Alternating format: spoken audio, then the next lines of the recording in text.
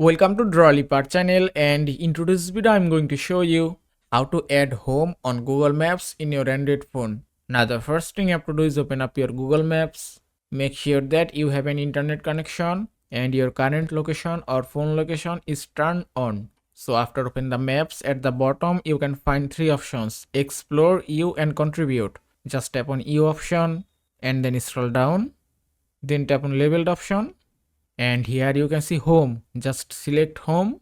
Now from here you can use three options. You can search any address or location from here, then you can use your current location.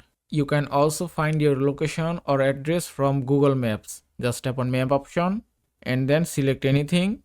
If I select the place, then just tap on save, and that's it. Now your home address has been added on the map successfully. And that is how you can add home on Google Maps in your Android phone. I hope this video was helpful. If it was, please give it a thumbs up and don't forget to subscribe.